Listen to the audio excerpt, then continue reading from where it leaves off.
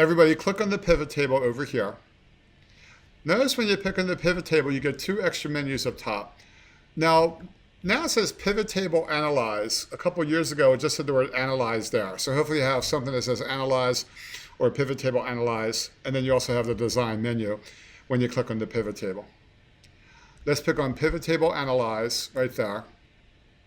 And then pick on fields, items, and sets. Notice how the calculated item is not available right now.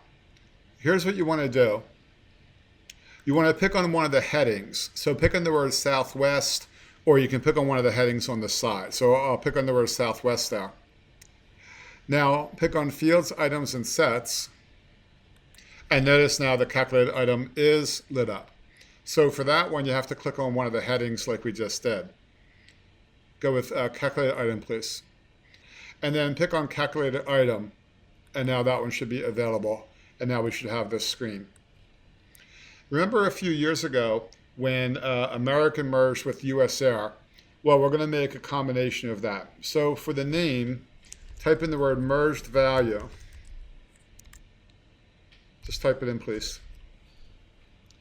Now you see on the formula where it says equals 0. Let's get rid of that 0, but keep the equal sign. You want to keep the equal sign there. Now come over here, double click on the word American. That shows up in the formula. Type in the plus sign and double click on US Air. So it says American plus US Air. And it's going to be called the merged value. Of course, it could be a much bigger formula. It's just an example, right? Go ahead and click on OK. And now notice how we have the merged value. So that was called a calculated item.